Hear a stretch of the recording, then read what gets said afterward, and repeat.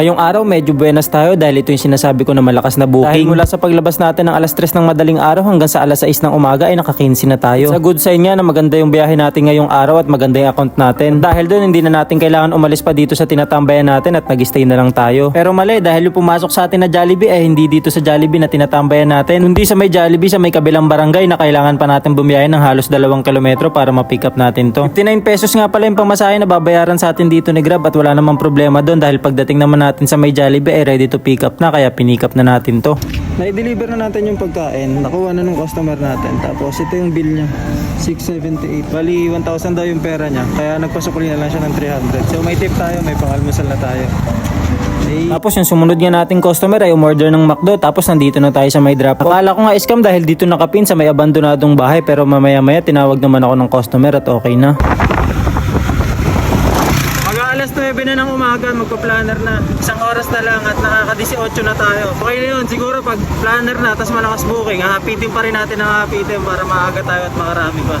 Sa kabilang banda, yung booking naman ng tropa ko, sabi niya nakakainis na daw. Sunod-sunod kasi yung booking niya na kung saan lagi siyang hinahatak simula nung unang biyahe niya. Na kung saan nasa isang barangay siya tapos yung pick up niya sa kabilang barangay pa. Pero wala namang no choice, pipick upin pa din. Sinusukan tayo ng Angels 102 tapos ang drop ay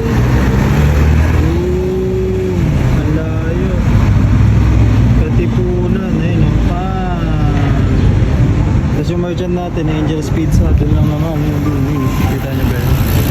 Angel's Pizza. Pagka ganito mga sitwasyon na malapit na yung planner, kailangan natin bakbakin at halos 10 minutes lang dapat nakarating na tayo sa Katipunan. At almost 15 minutes nga bago natin siya madrop dahil marami na rin talaga yung sasakyan sa kalsada tapos yung mga stoplight pa. Dito tayo ngayon sa may Katipunan, ayan, malalaking building.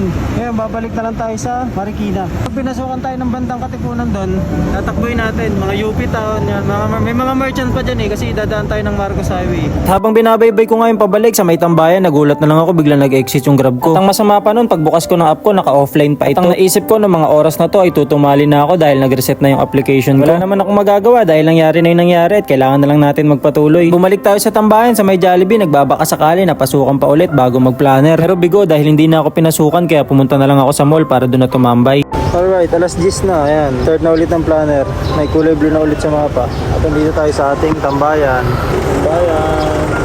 Pagpasok ko ng mall, diretso na kagad ako sa taas kung saan ako laging tumatambay dahil doon ako laging pinapasukan. Dito sa may gilid ng Watson, may kita nyo kami dyan lagi nakatambay at kung wala naman ako, baka nasa baba lang ako. Halos ilang minuto nga ako nakatambay, walang pumapasok sa akin at pagdesisyonan ko lumabas na. Makalis na sana ako papunta doon sa may tinatambay natin sa Jollibee Conception.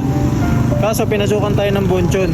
Ang hatid ay is Modesta sa kabilang bayan.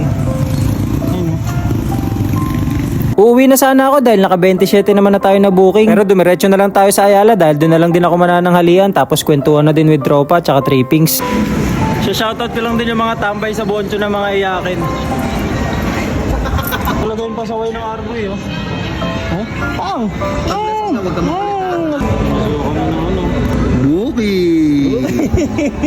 Swerte nga dahil binigyan pa tayo ni Grab ng isa pang booking na ready for pick up na din. Bali ito na pala yung pang 28 natin na booking tapos didiretso na akong uwi.